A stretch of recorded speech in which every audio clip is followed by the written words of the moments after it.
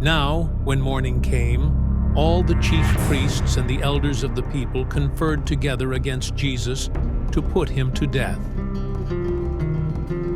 And they bound him and led him away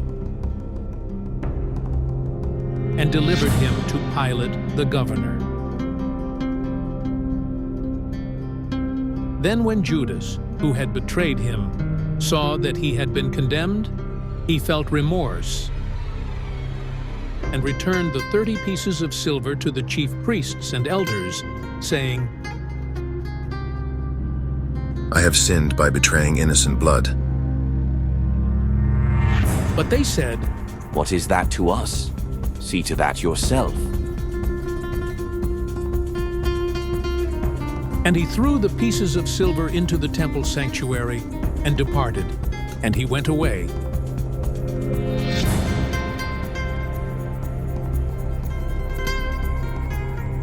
And hanged himself.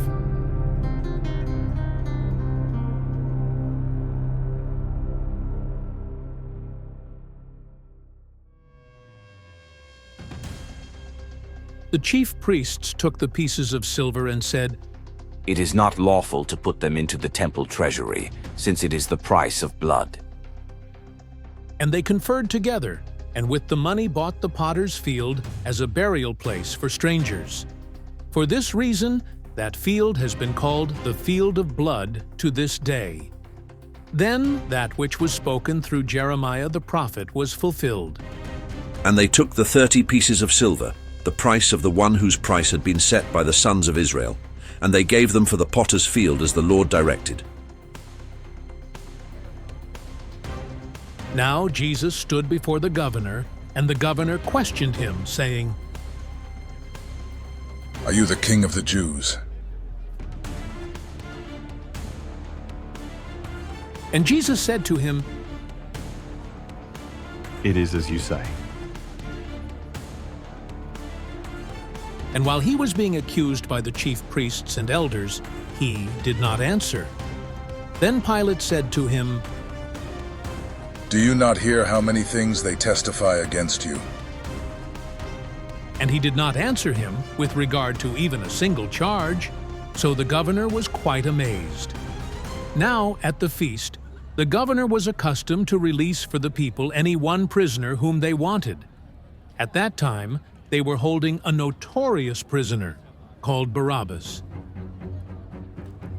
So when the people gathered together, Pilate said to them, Which of the two do you want me to release for you?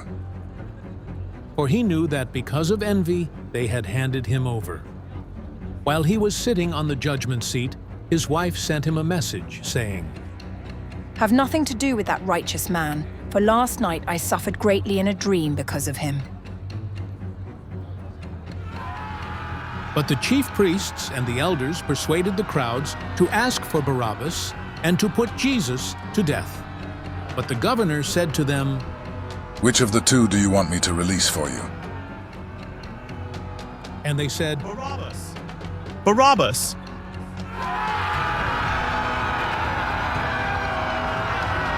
Pilate said to them, Then what shall I do with Jesus who is called Christ? They all said, Crucify him! Crucify him! Crucify He said, him! Why, what evil has he done? But they kept shouting all the more, saying, Crucify him! When Pilate saw that he was accomplishing nothing, but rather that a riot was starting, he took water and washed his hands in front of the crowd, saying,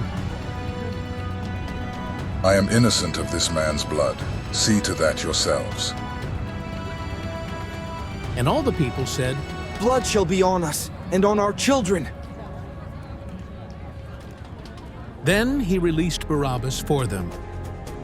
But after having Jesus scourged,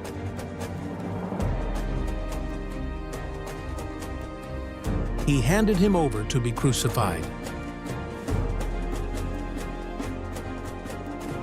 Then the soldiers of the governor took Jesus into the praetorium and gathered the whole Roman cohort around him. They stripped him and put a scarlet robe on him, and after twisting together a crown of thorns, they put it on his head and a reed in his right hand. And they knelt down before him and mocked him, saying, Hail, King of the Jews! They spat on him and took the reed and began to beat him on the head. After they had mocked him, they took the scarlet robe off him and put his own garments back on him, and led him away to crucify him.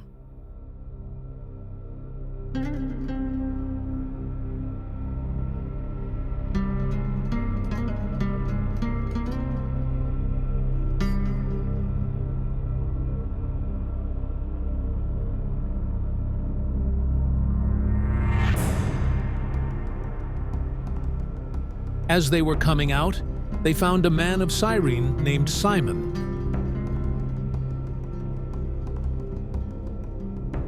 whom they pressed into service to bear his cross.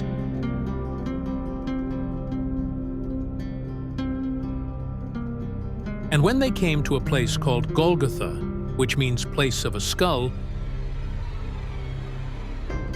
they gave him wine to drink mixed with gall, and after tasting it, he was unwilling to drink. And when they had crucified him, they divided up his garments among themselves by casting lots. And sitting down, they began to keep watch over him there. And above his head they put up the charge against him which read, "This is Jesus, the King of the Jews." At that time, 2 robbers were crucified with him, one on the right and one on the left.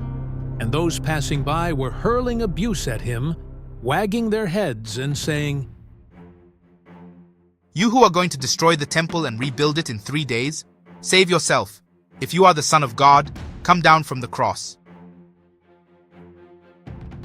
In the same way the chief priests also, along with the scribes and elders, were mocking him and saying, He saved others. He cannot save himself. He is the King of Israel. Let him now come down from the cross, and we will believe in him. He trusts in God. Let God rescue him now, if he delights in him. For he said, I am the Son of God. The robbers who had been crucified with him were also insulting him with the same words. Now, from the 6th hour, darkness fell upon all the land until the 9th hour. About the 9th hour, Jesus cried out with a loud voice, saying,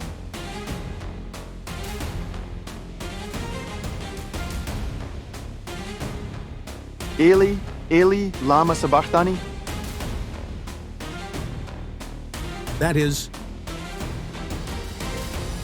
my God, why have you forsaken me? and some of those who were standing there when they heard it began saying, This man is calling for Elijah.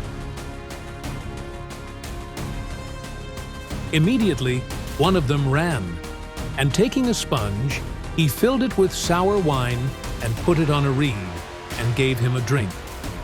But the rest of them said, Let us see whether Elijah will come to save him. And Jesus cried out again with a loud voice and yielded up his spirit. And behold, the veil of the temple was torn in two from top to bottom, and the earth shook and the rocks were split. The tombs were opened, and many bodies of the saints who had fallen asleep were raised. And coming out of the tombs after his resurrection, they entered the holy city and appeared to many. Now the centurion and those who were with him keeping guard over Jesus, when they saw the earthquake and the things that were happening, became very frightened and said, Truly, this was the Son of God.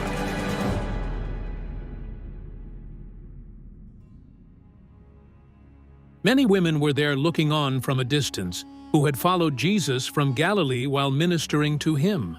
Among them was Mary Magdalene, and Mary the mother of James and Joseph, and the mother of the sons of Zebedee.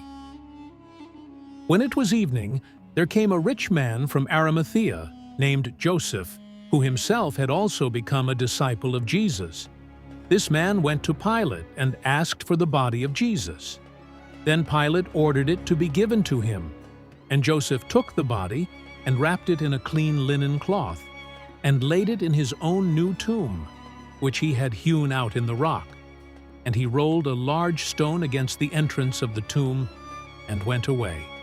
And Mary Magdalene was there, and the other Mary, sitting opposite the grave. Now on the next day, the day after the preparation, the chief priests and the Pharisees gathered together with Pilate and said, "Sir, we remember that when he was still alive, that deceiver said, 'After 3 days I am to rise again.' Therefore, give orders for the grave to be made secure until the 3rd day. Otherwise his disciples may come and steal him away and say to the people, 'He has risen from the dead,' and the last deception will be worse than the first." Pilate said to them, You have a guard. Go, make it as secure as you know how.